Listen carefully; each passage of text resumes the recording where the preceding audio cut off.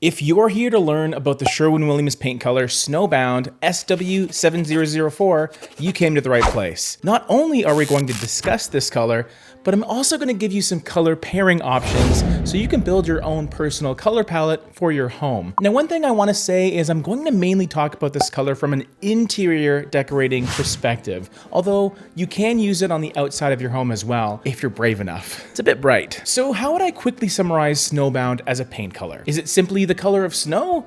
Well, if snow was a soft, slightly warm off-white with a touch of a brown undertone, then sure. I know a brown undertone in a white sounds a bit weird to a lot of you, but that's the feeling that I get when I look at a color like Snowbound. It's not necessarily bright enough to come across as a clean, stark white. And we can figure this out by looking at its light reflectance value on the Sherwin-Williams website or its LRV. This is a very important number to look at when analyzing a paint color because it is the percentage of light that the paint color reflects from 0 to 100. As that number gets closer to 100, the lighter or brighter it appears, and Snowbound sits at an 83 LRV, so I tend to classify it as more of an off-white rather than a pure stark white, meaning if you pick the brightest white paint color you could find and put it next to Snowbound, you will see a difference in lightness, even if it's going to be a very subtle difference. Now, off-whites around this LRV can go in a number of directions, whether it's a cool light blue-gray or something a bit greeny, or some of the lighter creamy yellow off-whites and those taupey red warm off-whites. To me, Snowbound feels like the last one of those, a very light tint of taupe, and it combines a touch of a gray-brown with a red that leaves you with this really pleasant light and airy light color that can sometimes show a hint of rosiness in the right conditions. If that happens, it's a rosiness that is combined with cream, so it's really pleasant as long as you're not looking for something that's a pure white alternative, because you're not going to get that here. This is a color that is on the borderline of perhaps being too light to be used on the walls in certain rooms because the undertones may be washed out and visually erased with a lot of light, but it can absolutely look really good as a room color or even a main color that you use throughout your home. The easiest implementation for Snowbound is to use it alongside the colors that make up its undertones, which are those grays, those browns, and maybe those red rosy colors. Essentially anything that is related to taupe really has a good shot of working alongside Snowbound quite well. As you venture towards the green side of things though, then you may have a little more of a complementary relationship, but that could work for different reasons as well. Now, what about the color pairings? Now that we know a lot about Snowbound as a color, let's try and put some colors to work with it. So I like to give you 4 different color pairings to work with. I don't want to give you too many options, but we like a bit of variety here. So we have a light, a medium, a dark, and a white color to round things out.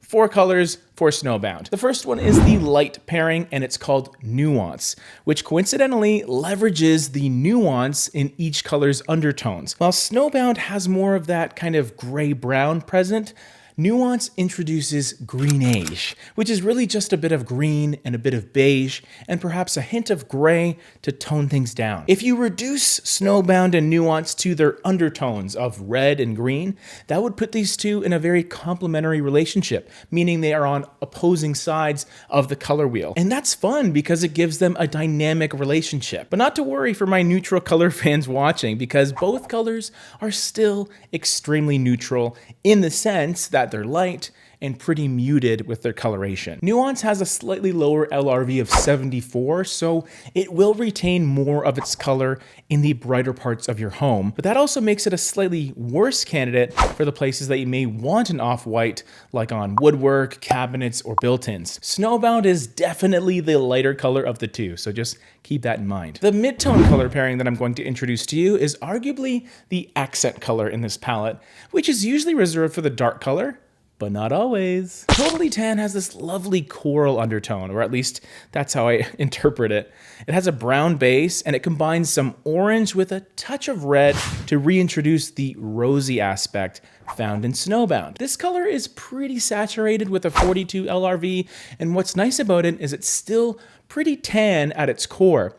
That means if you have a tan leather couch or rattan incorporated in your furniture or light fixtures, that alone could be how you could implement this color in the palette. You can, of course, use it on the walls as well, even in an area like a bedroom with otherwise monochromatic or grayscale furniture. The warmth in Totally Tan will really come through and give you that cozy juxtaposition that is just a little unexpected. For the dark color pairing, I went with a green take on charcoal gray in the form of one of my favorite colors lately, pewter green. Very dark with an LRV of 12, but this paint color really feels settled alongside a color like Nuance and allows Snowbound to pop off of it with its vast difference in darkness.